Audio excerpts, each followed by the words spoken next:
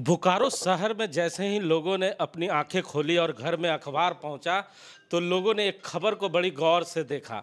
जिस खबर में एक राष्ट्रीय पार्टी का जिला अध्यक्ष और एक क्षेत्रीय पार्टी का जिला अध्यक्ष सदर अस्पताल पहुंचता है, जहां पर वो डॉक्टर अरविंद से मिलते हैं और एक गंभीर आरोप लगाते हैं। कहते हैं कि बोकारो शहर के जितने भी नर्सिंग होम हैं उनके दलाल सदर अस्पताल के कैंपस में घूमते हैं और यहाँ के जो डॉक्टर हैं वो मरीजों को सलाह देते हैं कि आप प्राइवेट अस्पताल में चले जाएं, वहाँ ऑपरेशन सही होगा।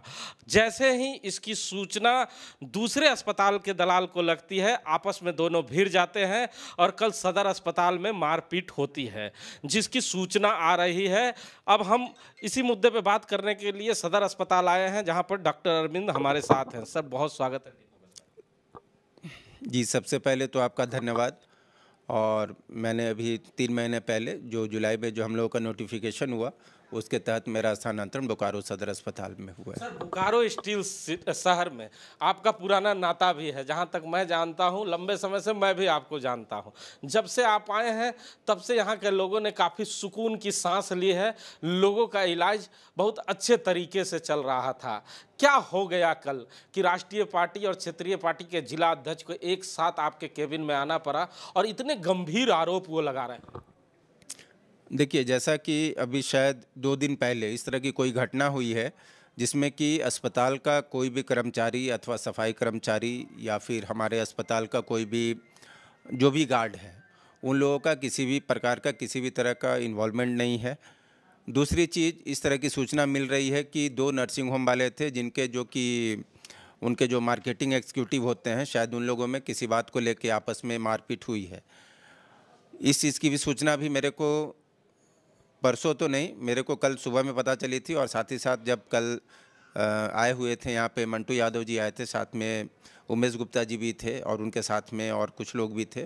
उन्होंने जब बताया कि इस तरह की चीज़ें, मारपीट की घटना हुई है, तो मैंने उनसे सबसे पहले यही कहा कि देखिए, हमारे सदर अस्पताल से किसी भी मरीज को अगर किसी भी डॉक्टर के द्वारा रेफ़र अगर किया जाता है तो सीधे शब्दों में सबसे पहले तो उनका जो रेफरल पेपर होता है उसमें हम लोग यही लिखते हैं कि refer to RIMS Ranchi /PMCH Dhanbad.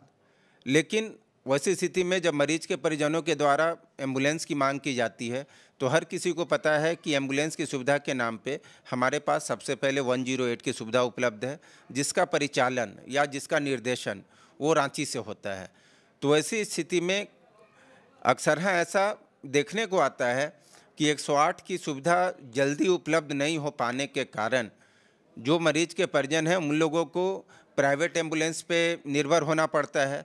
और वैसी स्थिति में ही जो हमारे कैंपस के बाहर में जो एम्बुलेंस लगे होते हैं, चाहे वो किसी प्राइवेट नर्सिंग होम के हो या फिर वो प्राइवेट एम्बुलेंस हो, तो उन लोगों में वो लोग मरीज को कन्विंस करते हैं कि तुम जब अपने मरीज को लेके रिम्स रांची जाओगे या PMCH धनबाद जाओगे, वैसी स्थिति में तुमको पहले इतना भाड़ा लग जाएगा, इतना दिन तक वहाँ रहना पड़ेगा। भले ही तुम्हारा इलाज फ्री में होगा, फिर भी तुम्हारा जितना वहाँ रहने और खाने पीने में खर्चा होगा, उतना पैसा में तुम्हारा काम बोकारो के प्राइवेट नर्सिंग होम में ही हो जाएगा। और इसी चीज़ को लेकर गेट के बाहर में ही मरीज को अपने अपने नर्सिंग होम में ले जाने का वर्चस्व दिखाने के सिलसिले में शायद 2 नर्सिंग होम के जो मार्केटिंग एग्जीक्यूटिव हैं उनके बीच में झगड़ा हुआ है। इसमें सर, कौन कौन से नर्सिंग होम का नाम आ रहा था? क्योंकि नेताओं ने आपको नर्सिंग होम के नाम भी बताया। जिस तरह की नेताजी लोगों के द्वारा मेरे को बताया गया, शायद उसमें कोई कोऑपरेटिव कॉलोनी का एपेक्स नर्सिंग होम है, जिसका शायद मार्केटिंग एग्जीक्यूटिव शायद कोई अमित सिंह करके हैं। और शायद एक दूसरा नर्सिंग होम है सुखुशी हॉस्पिटल करके, शायद वो सेक्टर 4 में है। लेकिन उनका मार्केटिंग एग्जीक्यूटिव कौन था उसके विषय में मेरे को जानकारी नहीं। उन दोनों में ही झगड़ा हुआ था। जो लोग हैं वो काफ़ी गंभीर आरोप भी लगाते हैं सदर अस्पताल में कि यहाँ जो डॉक्टर कार्यरत हैं वो डॉक्टर मरीजों को निर्भमित करते हैं और यहाँ ऑपरेशन करने के बजाय निजी नर्सिंग होम में उसे भेज देते हैं और फिर शाम में जाके उनका ऑपरेशन कर देते हैं। देखिए, जिस तरह की सूचना, जैसे हमारे यहाँ सदर अस्पताल में जो छोटे ऑपरेशंस हैं, जैसे कि अपेंडिक्स हो गया, हाइड्रोसिल हो गया, हर्निया हो गया, इनका ऑपरेशन हमारे यहाँ अस्पताल में अभी किया जा सकता है। आज के दिन में हमारे पास एक ही सर्जन है जो कि डॉक्टर अरुण कुमार हैं। पिछले कुछ समय पहले हमारे पास एक सर्जन थे डॉक्टर दीपक साहू, जो कि डीएमएफटी से थे और जिन्होंने अपनी सेवा दी थी। और मैंने जब रिकॉर्ड उठा के देखा था तो उन्होंने लगभग पिछले 1 साल में उनके द्वारा 186 ऑपरेशन किए गए थे। लेकिन ये हम लोगों के लिए खेद का विषय है कि उन्होंने कुछ अपने व्यक्तिगत कारणों से उन्होंने इस्तीफ़ा दे दिया।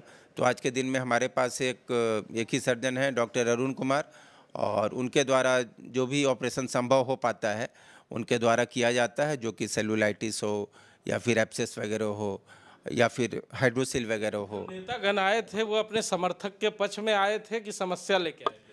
देखिए, उनका यही कहना था कि सदर अस्पताल के कैंपस में इस तरह की चीज़ नहीं होनी चाहिए और मैंने भी अपने स्तर से आश्वस्त किया है कि मैंने अपने तरफ स्तर से पूरी कोशिश करूंगा कि हमारे सदर अस्पताल के कैंपस में प्राइवेट एम्बुलेंस अगर मरीज को लेके आते हैं तो उनका स्वागत है, इसलिए कि जो गरीब गेरुआ मरीज है या आज के दिन में जो मध्यम वर्गीय परिवार हैं उनके लिए भी इलाज के लिए सदर अस्पताल उनके लिए भी एक प्राथमिकता के तौर पे उभर के आया है।